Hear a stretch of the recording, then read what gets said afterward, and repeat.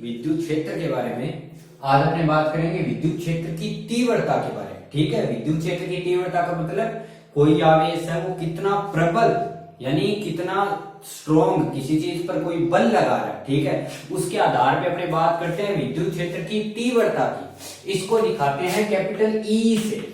विद्युत क्षेत्र की बात करें या विद्युत क्षेत्र की तीव्रता की बात करें, दोनों एक ही, ठीक है। विद्युत क्षेत्र की बात करते हैं मतलब किसी भी आवेश के चारों ओर बना ऐसा क्षेत्र जिसके अंदर वह किसी भी दूसरे आवेश पर क्या आरोपित कर सकता है, कोई भी प्रकार का बल आरोपित कर सकता है। विद्युत क्षेत्र की तीव्रता में अपने बात करते हैं भी उस आवेश के द्वारा कितना प्रबल बल लगाया जा रहा है उस दूसरे, ठीक है।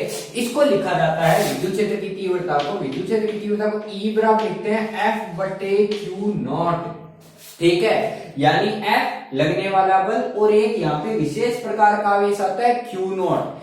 क्यू नॉट को बोलते हैं परीक्षण आवेश। E है, E तो दिखा रहा है विद्युत क्षेत्र की तीव्रता, F दिखा रहा है बल को, और जो क्यू नॉट दिखा रहा है, क्यू नॉट बता रहा है परीक्षण आवेश को, ठीक है। परीक्षण आवेश का मतलब ये होता है ऐसा आवेश जो निकाय का हिस्सा बना है लेकिन वह उस निकाय का पहले हिस्सा नहीं था, ठीक है। मतलब परीक्षण आवेश का सीधा सा मतलब है कि जैसे ये आवेश कोई Q है, इसके कारण मेरे को इस बिंदु पर विद्युत क्षेत्र की तीव्रता ज्ञात करनी है। ये जो बिंदु P है, इस बिंदु पर विद्युत क्षेत्र की तीव्रता क्या आएगी, इस बिंदु पर विद्युत क्षेत्र की तीव्रता निकालने के लिए अपनी तरफ से यहाँ पे जो आवेश लाया जाएगा ना, ठीक है, जिस पर बिंदु पर विद्युत क्षेत्र की तीव्रता निकालनी है, उस बिंदु पर मेरे द्वारा जो आवेश लाके रखा जाएगा उस आवेश को दर्शाते हैं क्यू नॉट से, उसे क्या बोलते हैं, परीक्षण आवेश। यानी परीक्षण आवेश एक ऐसा आवेश होता है जिसको किसी भी बिंदु पर स्थापित किया जा सकता है, जिस बिंदु पर अपने को विद्युत क्षेत्र की तीव्रता का मान क्या करना है, ज्ञात करना है, ठीक है। यानी किसी भी बिंदु पर बाहर से कोई आवेश लाके वहां पे उसको स्थापित कर दिया जाए तो वह जो आवेश है वो क्या, उसका परीक्षण आवेश। लेकिन ये जो आवेश है वो किसी भी विद्युत क्षेत्र है उसके मान को निकालने के लिए लाया जाता है, ये पहले से वहां पे उपस्थित नहीं होता।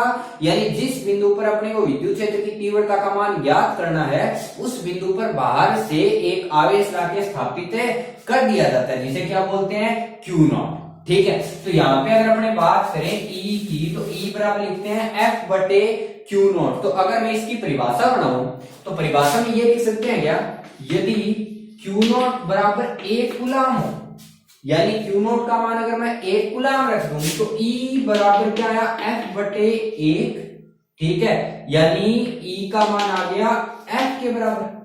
तो इसलिए इसकी परिभाषा ये लिखी जा सकती है क्या, इकाई आवेश पर लगने वाले बल को क्या, किससे दर्शाते हैं, विद्युत क्षेत्र की तीव्रता। इसलिए लिखा जाता है विद्युत क्षेत्र की तीव्रता की परिभाषा किसी भी इकाई आवेश पर लगने वाले बल को उस बिंदु पर विद्युत क्षेत्र की तीव्रता कहते हैं, ठीक है। यानी अगर मेरे को किसी भी बिंदु पर विद्युत क्षेत्र की तीव्रता निकालनी है तो इसका मतलब ये है जिस बिंदु पर विद्युत क्षेत्र की तीव्रता निकालो इस बिंदु पर अपने तरफ से जो परीक्षण आवेश लेके आना है या तो उसे क्यू नॉट से दर्शा लो या फिर कितने गुलाम है, 1 गुलाम। अगर अपने 1 गुलाम दर्शा रहे हैं परीक्षण आवेश को तो F और E दोनों होंगे बराबर, ठीक है। इसलिए अपने को ध्यान रखना है जो विद्युत क्षेत्र है, विद्युत क्षेत्र की तीव्रता दर्शाती है इकाई आवेश पर लगने वाले बल को। तो यहाँ पे F बराबर ये लिखा जा सकता है, अगर मैं ऊपर वाले से बात करूं E बराबर F बटे क्यू नॉट है तो F को लिखा जा सकता है क्यू नॉट गुणा E, ठीक है। तो अब अपनी अगर एक बात करें, F है बल, तो बल एक सदिश राशि है, क्यू नॉट कैसा है, अदिश, क्योंकि आवेश है तो बच कौन गया, E। यानी E को कैसी राशि होनी पड़ेगी, सदिश होनी पड़ेगी, क्यों, क्योंकि उसके सामने भी क्या है, सदिश। इसलिए जो विद्युत क्षेत्र है वह एक कैसी राशि होती है, सदिश राशि होती है, ठीक है। यानी विद्युत क्षेत्र है वह एक सदिश राशि है। और अगर इसकी इकाई की बात करूं तो इकाई देखो तो E बराबर F बटे क्यू नॉट। F क्या लिखेंगे, बल यानी न्यूटन, क्यू नॉट क्या है, आवेश यानी न्यूटन बटे कूलाम, इसलिए इसकी इकाई होती है न्यूटन पर कूलाम, ठीक है। इसलिए विद्युत क्षेत्र की तीव्रता के अंदर अपने कई चीजें बात करनी है। विद्युत क्षेत्र की तीव्रता को E बराबर लिख सकते हैं F/Q0, और इसकी परिभाषा क्या लिखी जा सकती है? परिभाषा लिखी जा सकती है किसी भी इकाई आवेश पर लगने वाले कूलाम बल को उस बिंदु पर विद्युत क्षेत्र की तीव्रता कहते हैं। अब सामने बल है तो वो एक सदिश राशि है, इसलिए E भी कैसा होगा? सदिश। इसलिए विद्युत क्षेत्र की जो तीव्रता है वह एक सदिश राशि होती है, और इसकी इकाई क्या होती है? न्यूटन पर कूलाम। अब यहाँ पे अगर मैं बात करूं तो आपने एक सूत्र लिखा F बराबर Q0 गुना E।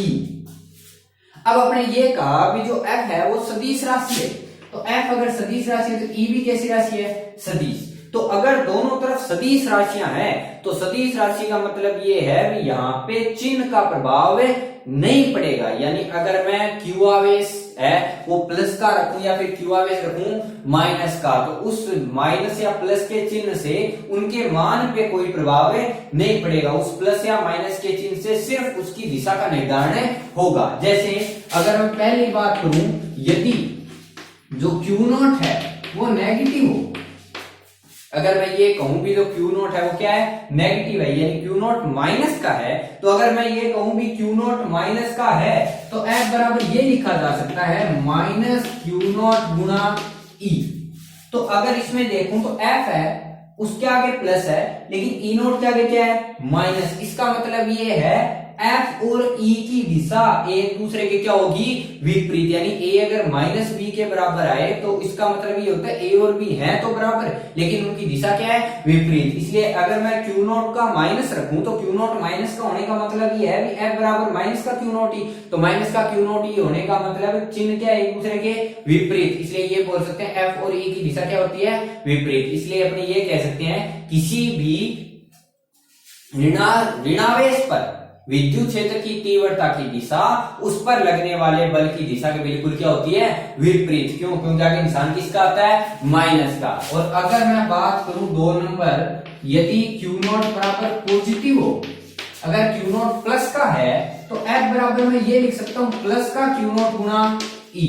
तो अगर इस तरफ प्लस है तो इस तरफ भी किसका निशान है? प्लस का। इसका मतलब दोनों की दिशा एक दूसरे क्या होगी? समान। ठीक है। इसलिए अपने विद्युत क्षेत्र की तीव्रता के अंदर ध्यान रखना है बेसिक सी चीजें। विद्युत क्षेत्र की तीव्रता लिखते हैं F/Q0। इसकी परिभाषा लिख सकते हैं इकाई आवेश पर लगने वाले बल को या इकाई आवेश पर लगने वाले कूलाम बल को विद्युत क्षेत्र की क्या कहते हैं?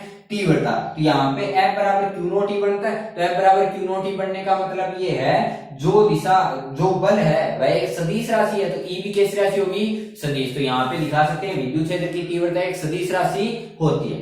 E है उसको इकाई क्या आएगी? F/Q0 या न्यूटन पर कूलाम। ठीक है। तो अगर यहाँ पे आवेश धनात्मक है, जो परीक्षण आवेश लिया गया है, परीक्षण आवेश धनात्मक हो, यदि Q0 हो प्लस का हो तो उसके ऊपर तो F और E की दिशा होती है समान। लेकिन अगर Q0 जो परीक्षण आवेश है वो किसका हो? माइनस का हो, इसलिए F और E की दिशा एक दूसरे क्या होती है?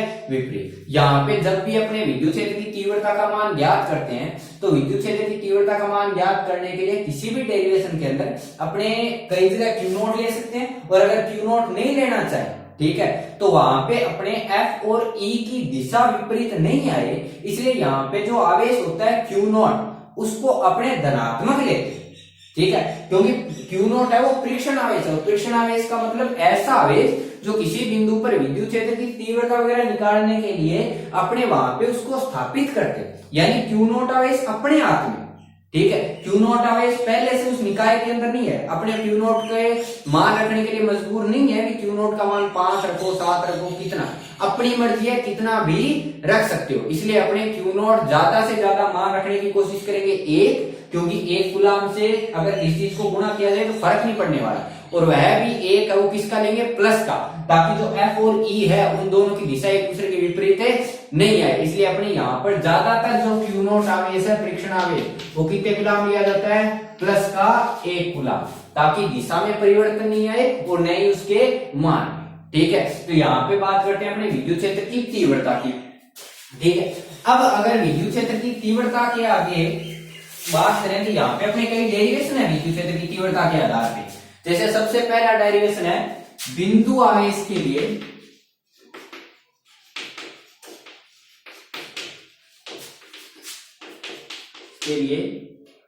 विद्युत क्षेत्र की तीव्रता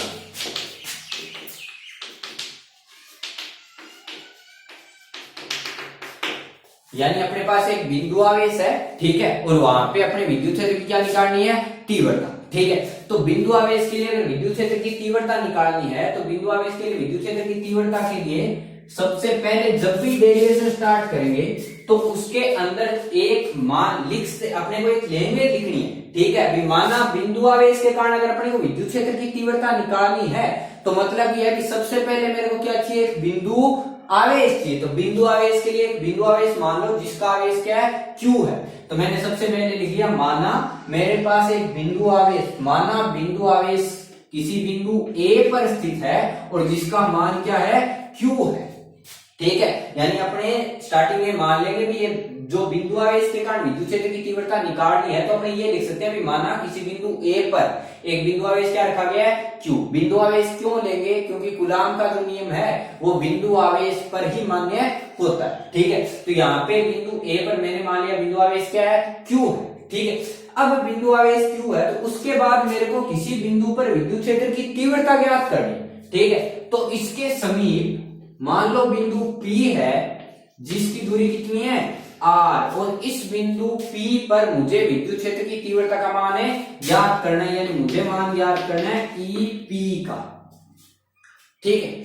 अब अगर मैं EP की बात करूं, ठीक है, तो EP का मान अगर ज्ञात करना है तो EP का मान ज्ञात करने के लिए अभी अपने बात की भी जिस बिंदु पर विद्युत क्षेत्र की तीव्रता का मान ज्ञात करना होता है उस बिंदु पर एक परीक्षण आवेश लाके रखना है और उस परीक्षण आवेश का मान अपने हाथ में कोई सा भी रख लो। जैसे मैंने परीक्षण आवेश ले लिया Q0, ठीक है, तो मैंने मान लिया माना बिंदु P पर एक धनावेश यानी धनात्मकता की दिशा में परिवर्तन न है, ठीक है। तो माना बिंदु P पर एक धनात्मक आवेश Q0 रखा गया,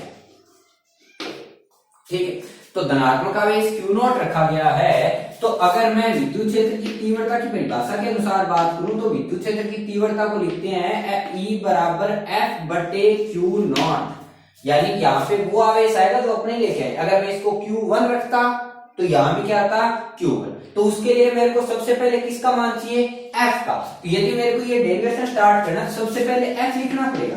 तो F कौन सा है, कूलाम बल। तो कूलाम बल क्या लिखते हैं, K Q1 Q2 बटे R का स्क्वायर, यानी K समानुपातिक नियतांक जिसका मान होता है 9 गुणा 10 की घात 9।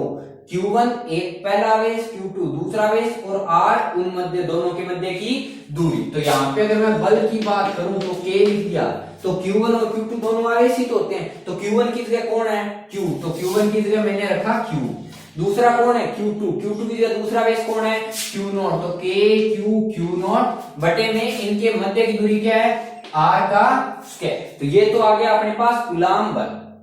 अब अगर मैं परिभाषा के अनुसार बात करूं तो अतः बिंदु P पर विद्युत क्षेत्र की तीव्रता, विद्युत क्षेत्र की तीव्रता लिखूंगा F बटे Q0। तो F का मान कितना है, F का मान है K Q0 बटे R का स्क्वायर और इसको भाग किया जाएगा किससे, Q0 से। तो इसको अपने ये लिख सकते हैं K Q0 बटे R स्क्वायर और Q0 ये नीचे आ सकता है तो ये आएगा Q0 से Q0। तो EP का मान क्या आ गया, KQ बटे R का स्क्वायर, ठीक है। तो अगर मैं EP की बात करूं तो EP आता है KQ बटे R का स्क्वायर। तो यहाँ पे अपने एक चीज कंफर्म रखनी है, किसी भी बिंदु आवेश के कारण अगर विद्युत क्षेत्र की तीव्रता का मान ज्ञात करना हो तो बिंदु आवेश के कारण विद्युत क्षेत्र की तीव्रता का मान प्राप्त होता है E बराबर KQ बटे R का स्क्वायर, ठीक है।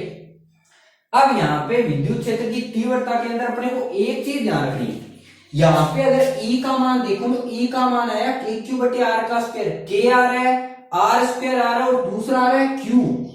यहाँ पे आवेश वो आ रहा है जो अपने उस बिंदु पर माना था, यानी जिसके कारण विद्युत क्षेत्र की तीव्रता का मान ज्ञात करना था। इस E के अंदर कहीं भी परीक्षण आवेश नहीं आ रहा, ठीक है। इसलिए एक चीज ध्यान रखना है, विद्युत क्षेत्र की तीव्रता का मान परीक्षण आवेश के मान पर निर्भर नहीं करता। इसलिए अपने विद्युत क्षेत्र की तीव्रता ज्ञात करने के लिए परीक्षण आवेश का मान कितना भी ले सकते हैं, उसमें कोई बाउंडेशन नहीं। अगर अपने 50 लें, 60 लें, 70 जितना भी मान लेना मान ले सकते हैं। इसलिए ज्यादातर परीक्षण आवेश का मान लिया जाता है 1, ताकि अपने को उसके गुणा वगैरह करने के कारण ज्यादा प्रभाव नहीं पड़े, ठीक है। इसलिए यहाँ पे अपने को ध्यान रखना है जो विद्युत क्षेत्र की तीव्रता है वो E आया KQ बटे R का स्क्वायर। तो इसमें एक चीज ये ध्यान रखनी है, विद्युत क्षेत्र की तीव्रता का मान परीक्षण आवेश के मान पर निर्भर नहीं करता।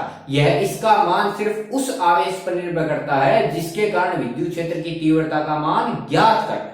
ठीक है, यानी अगर मेरे को विद्युत क्षेत्र की तीव्रता का मान Q के कारण ज्ञात करना है तो यहाँ पे जो E बराबर है KQ/R का स्क्वायर, वहां पे सिर्फ क्या आएगा Q, वहां पे Q नॉट नहीं आएगा, यानी यहाँ पे कभी भी परीक्षण आवेश नहीं है। ठीक है, अब अगर मैं विद्युत क्षेत्र की बात करूं, विद्युत क्षेत्र की तीव्रता की, तो अभी अपने बात की जो विद्युत क्षेत्र की तीव्रता है वह कैसी राशि है, सदिश। तो सदिश राशि है तो इसका मतलब यह है कि इसको मेरे को क्या देनी पड़ेगी, दिशा। तो इसको दिशा किसके द्वारा दे सकते हैं, अगर मैं विद्युत क्षेत्र की तीव्रता को अगर दिशा देने की कोशिश करूं तो किसी भी राशि को अगर दिशा देनी है तो उसके साथ गुणा किया जाता है उसके इकाई सदिश को। क्यों, क्योंकि दिशा देने के लिए कौन जिम्मेदार होता है, इकाई सदिश, और इकाई सदिश से गुणा करने पे कोई प्रभाव नहीं पड़ता। क्यों, क्योंकि वह उसका मान परिमाण कितना होता है, 1, इसलिए E बराबर लिख सकता हूं KQ/R का स्क्वायर। तो यहाँ पे अगर मेरे को इसको सदिश राशि में लिखना है तो सदिश राशि के लिए KQ/R का स्क्वायर है, तो K नियतांक है तो उसका इकाई सदिश तो आ नहीं सकता। जो Q है वो कैसी राशि है, अदिश, तो Q अगर अदिश राशि है तो अदिश राशि का भी इकाई सदिश नहीं आ सकता।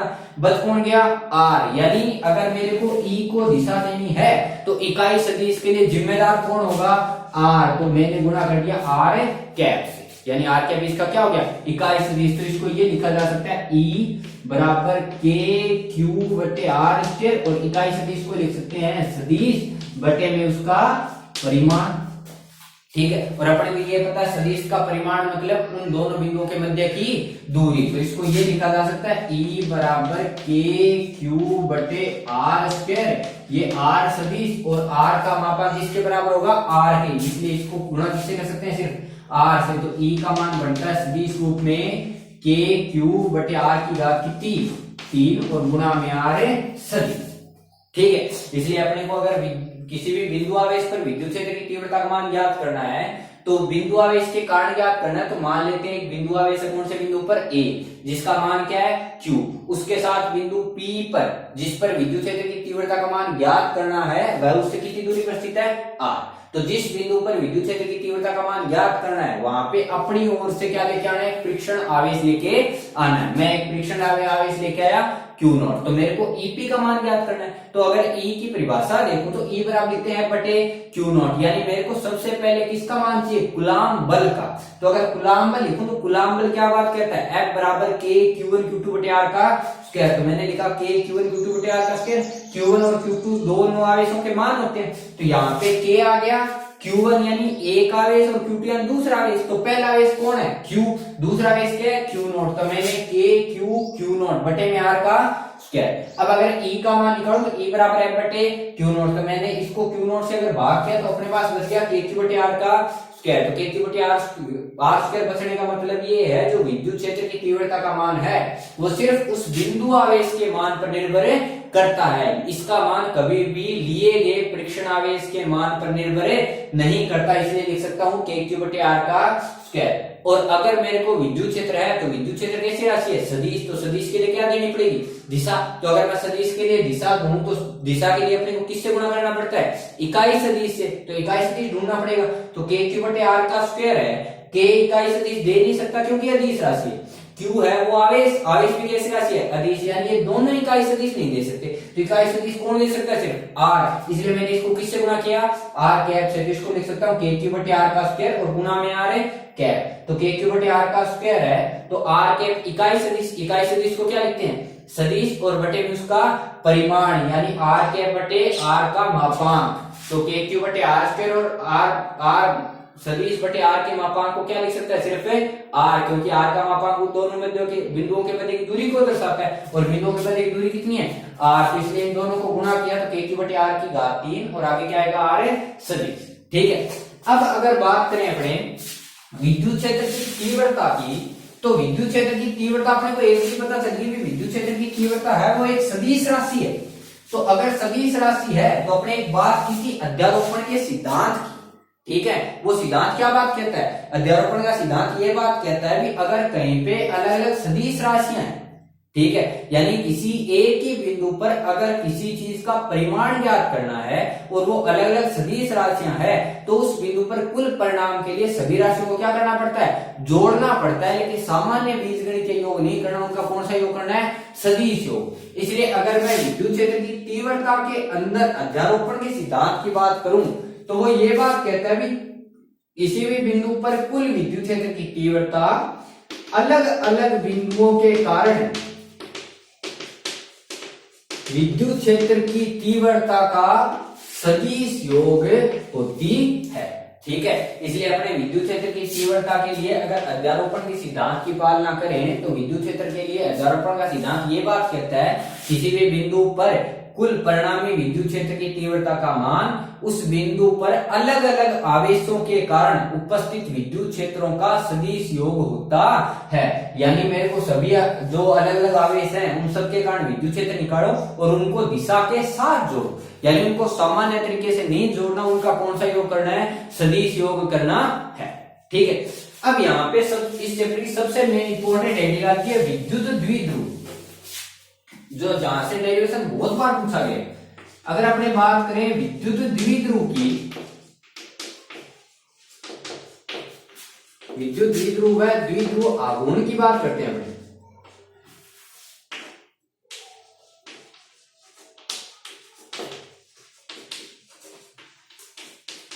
अगर अपने बात करें विद्युत द्विध्रुव की, तो विद्युत द्विध्रुव क्या होता है, विद्युत द्विध्रुव का मतलब होता है भी अपने पास दो आवेश हो, एक बिंदु ए है, एक बिंदु बी है। ठीक है, अगर मेरे पास एक आवेश है Q, दूसरा आवेश है Q, लेकिन मान क्या है, माइनस का। ठीक है, अगर कहीं पे विद्युत द्विध्रुव का मतलब होता है कहीं भी दो आवेशों का ऐसा निकाय, कम से कम विद्युत द्विध्रुव है जो विद्युत द्विध्रुव के अंदर सिर्फ कितने आवेश होते हैं, दो, यानी विद्युत द्विध्रुव का निर्माण हमेशा कितने आवेशों से होगा, दो से। इसलिए विद्युत द्विध्रुव को लिखते हैं दो आवेशों का निकाय जिसके अंदर उपस्थित दोनों आवेशों का परिमाण तो समान, परिमाण समान होने का मतलब एक 5 कूलम तो दूसरा भी कितने कूलम है, 5 कूलम, लेकिन उनके चिन्ह यानी उनकी जो प्रकृति है वो विपरीत हो। ठीक है, यानी एक प्लस का और एक है माइनस का, तो उन दोनों को आपस में रखने के बाद जो निकाय है उसको जो कहते हैं वो कहते हैं विद्युत द्विध्रुव। ठीक है, यानी विद्युत द्विध्रुव का मतलब होता है दो आवेशों का ऐसा समूह या ऐसा निकाय जिसके अंदर दोनों आवेशों का परिमाण तो समान हो, यानी एक Q तो दूसरा भी Q, लेकिन दोनों की दिशा क्या हो, सॉरी दोनों का जो प्रकृति है वो क्या हो, विपरीत। ठीक है, इसलिए विद्युत द्विध्रुव लिखते हैं दो आवेशों का ऐसा निकाय जिनके परिमाण तो क्रमशः समान लेकिन प्रकृति क्या हो, विपरीत। और यदि इन दोनों को बहुत ही कम दूरी पर जो अपने प्रेरण की है, यदि इन दोनों आवेशों को अति निकट रखा जाए तो उस अति निकट रखने के बाद जो संपूर्ण निकाय बनेगा उस निकाय को बोलते हैं विद्युत द्विध्रुव। यानी विद्युत द्विध्रुव का मतलब होता है अपने पास दो आवेश होने चाहिए, दोनों के परिमाण तो होने चाहिए समान, यानी एक 5 तो दूसरा भी 5,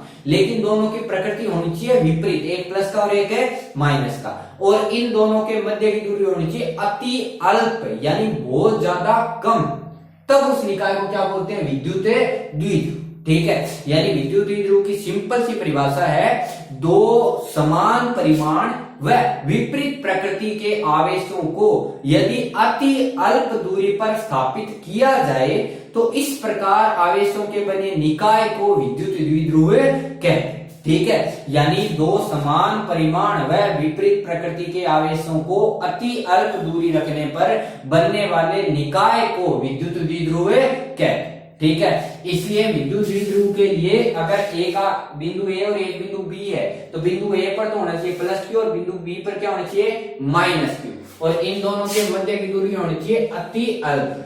ठीक है, अब एक दिक्कत थोड़ी सी ध्यान रखनी है, अति अल्प जो दूरी है वो लिखी जाती है 2a से। 2a क्यों लेते हैं, a इसलिए नहीं लेते क्योंकि इस विद्युत द्विध्रुव के लिए जो भी डेरिवेशन किया जाता है चाहे विभव का, चाहे विद्युत क्षेत्र, किसी भी चीज का, उसके लिए जो बिंदु, कोई भी बिंदु जिस पर विभव या विद्युत क्षेत्र का मान ज्ञात करना है, उस बिंदु की स्थिति हमेशा इन दोनों के मध्य बिंदु से मापी जाती है।